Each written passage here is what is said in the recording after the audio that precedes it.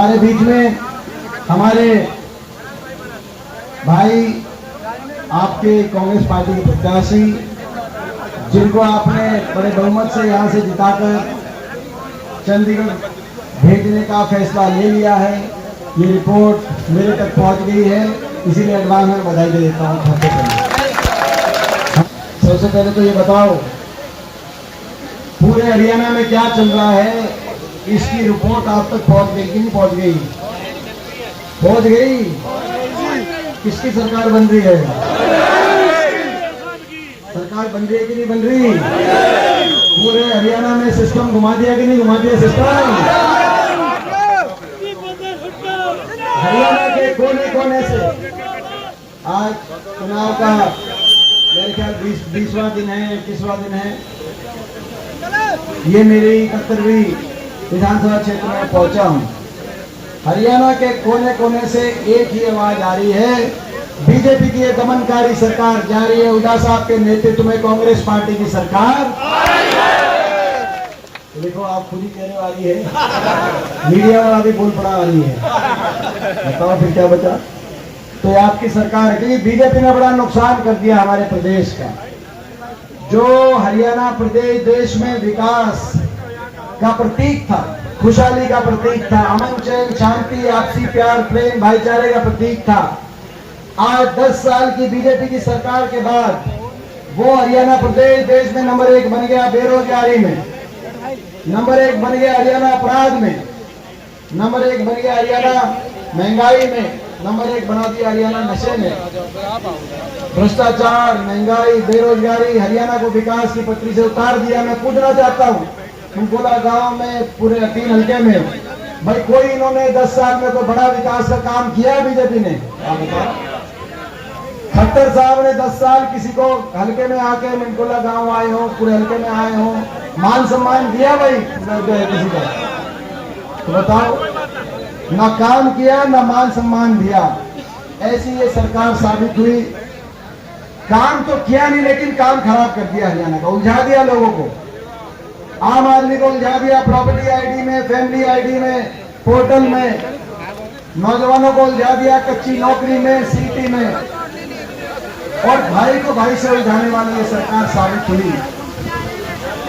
भाई को भाई से उलझाने वाली एक ऐसी सरकार साबित हुई, कई धर्म कई जाति के नाम पर समाज को तोड़कर अपनी राजनीतिक रोटियां सेकने वाली सरकार साबित हुई। कहीं धर्म का नारा दिया और कहीं जात पात का नारा दिया और भाईचारा तोड़कर अपनी राजनीति करने वाली ये सरकार बीजेपी की सरकार साबित हुई। लेकिन हमारा भी संकल्प है कांग्रेस पार्टी का, ये अगर तोड़ेंगे तो हम जोड़ेंगे। और नारे में आप सब साथ एक बार नारा लगाना, ये तोड़ेंगे और हम जोड़ेंगे। ये देखो अंदर से आवाज आई है, क्योंकि इंसानियत की आवाज है, भगवान की आवाज है ये, क्योंकि हम सब एक हैं। और इसी संकल्प के साथ हरियाणा में कांग्रेस पार्टी आगे बढ़ रही है। ऐसी सरकार ये साबित हुई, देश में ऐसी सरकार दोबारा नहीं मिलेगी। हर वर्ग का इतना अपमान अगर कहीं किया गया तो इस सरकार में किया गया। कोई ऐसा वर्ग नहीं जो सड़क पर ना आया हो और कोई ऐसा वर्ग नहीं जिसका अपमान इस सरकार में ना किया गया। वैसी सरकार ये साबित हुई। आपने देखा 1 साल तक देश का किसान सड़कों पर बैठा रहा। 1 साल तक 750 किसानों की जान की कुर्बानी लेने वाली अगर दुनिया में कोई सरकार तो ये सरकार 750 किसानों की जान की कुर्बानी लेने वाली सरकार साबित हुई। आपने देखा कि इतना इस सरकार को किसान के प्रति इतनी नफरत और इतनी घृणा इनके दिल में। 750 किसानों की जो जान गई, उनकी मांग नहीं मानते, लेकिन सहानुभूति के 2 शब्द कह सकते थे, लेकिन सहानुभूति का 1 शब्द बीजेपी किसी नेता ने नहीं कहा। किसान के साथ इतना अत्याचार, सरपंच गए अपनी मांगों को लेकर, सरपंचों पर लाठीचार्ज, कर्मचारी गए ओल्ड पेंशन स्कीम के लिए, कर्मचारियों पर लाठीचार्ज, आशा वर्कर आंगनवाड़ियों पर लाठीचार्ज, हमारी बेटियों को दिल्ली के सड़कों पर घसीटवाने वाली ये सरकार। क्या कसूर था उन खिलाड़ी बेटियों का? क्या कसूर था विनेश फोगाट का? क्या कसूर था साक्षी मलिक का? मैं मनकोला गांव से पूछना चाहता हूं, क्या कसूर था उन बेटियों का? वो बेटियां न्याय मांग रही थी, उनके साथ गलत हुआ था, और जब गलत हुआ तो उन्होंने कहा FIR दर्ज करो। मगर चूंकि आरोपी भाजपा के सांसद थे और वो क्योंकि आपकी बेटियां थी, इसीलिए उनको साथ इतना बड़ा अन्याय, घोर अन्याय। राजधर्म नहीं सिखाता, नागरिक में फर्क हो। ये वो देश है यहाँ दुश्मन की बहन बेटी की इज्जत को भी अपनी इज्जत के रूप में देखा जाता है। ये वो देश है, ये वो देश है जब बहन बेटी की इज्जत पे बात आई, द्रौपदी पे बात आई, तो कुरुक्षेत्र के मैदान में, हरियाणा के रण में महाभारत का युद्ध हो गया था। लेकिन यहाँ पे इन बेटियों को लावारिस छोड़ दिया गया। क्यों? 6 महीने तक FIR दिल्ली पुलिस ने दर्ज नहीं करी। दिल्ली के 3 तरफ बैठा ये हरियाणा, हम दिल्ली में अपनी बेटियों को न्याय नहीं दिला पाए।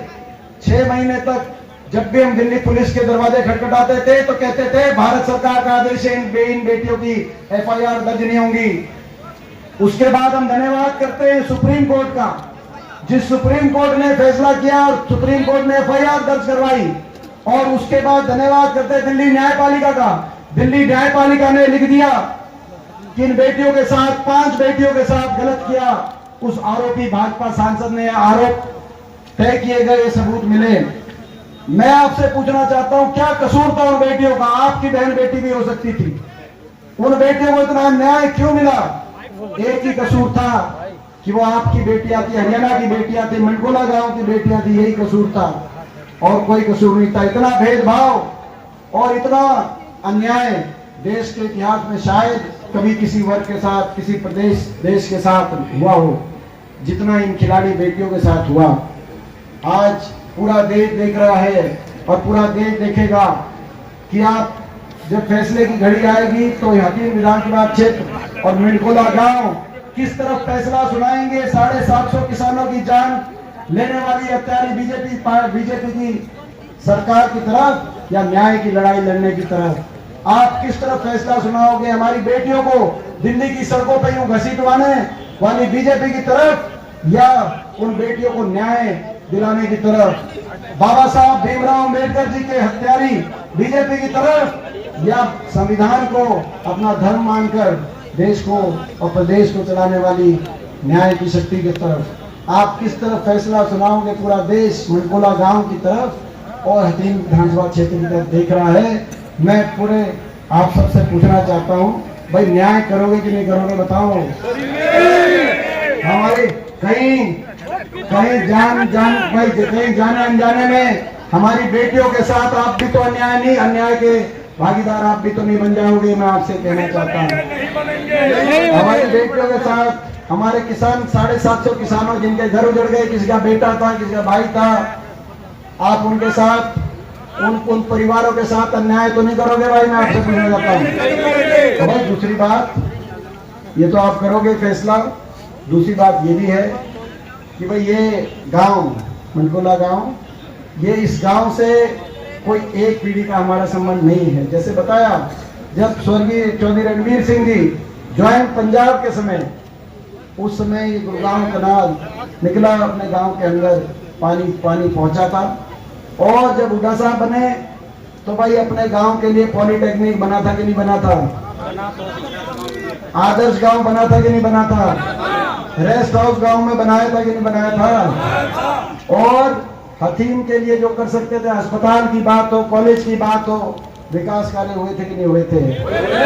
तो भाई ये बात है, ये जो क्या जी गर्ल्स कॉलेज, लड़कियों का कॉलेज, तो भाई वो तो मैं आपसे कहता हूँ ये मौका है, ये आपकी सरकार बन रही है और मनकोला गांव तो भाई यहाँ से विधायक भी बना रहा है और सीधा मुख्यमंत्री की वोट भी दे रहा है मनकोला गांव में देना पड़ता है।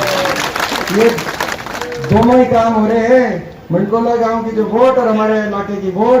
भाई उसी वोट से आप हमारे भाई को जिता रहे हैं और उसी वोट से हुड्डा साहब को मुख्यमंत्री बना रहे हैं। एक वोट जो हमारे भाई इजराइल पे जाएगी, वही एक वोट हरियाणा में चौधरी भूपेंद्र सिंह हुड्डा जी के नेतृत्व में कांग्रेस की सरकार लाएगी। और भाई 3 हल्के ने ठाना है, हुड्डा साहब की सरकार बनाना है और इजराइल भाई को जिताना है।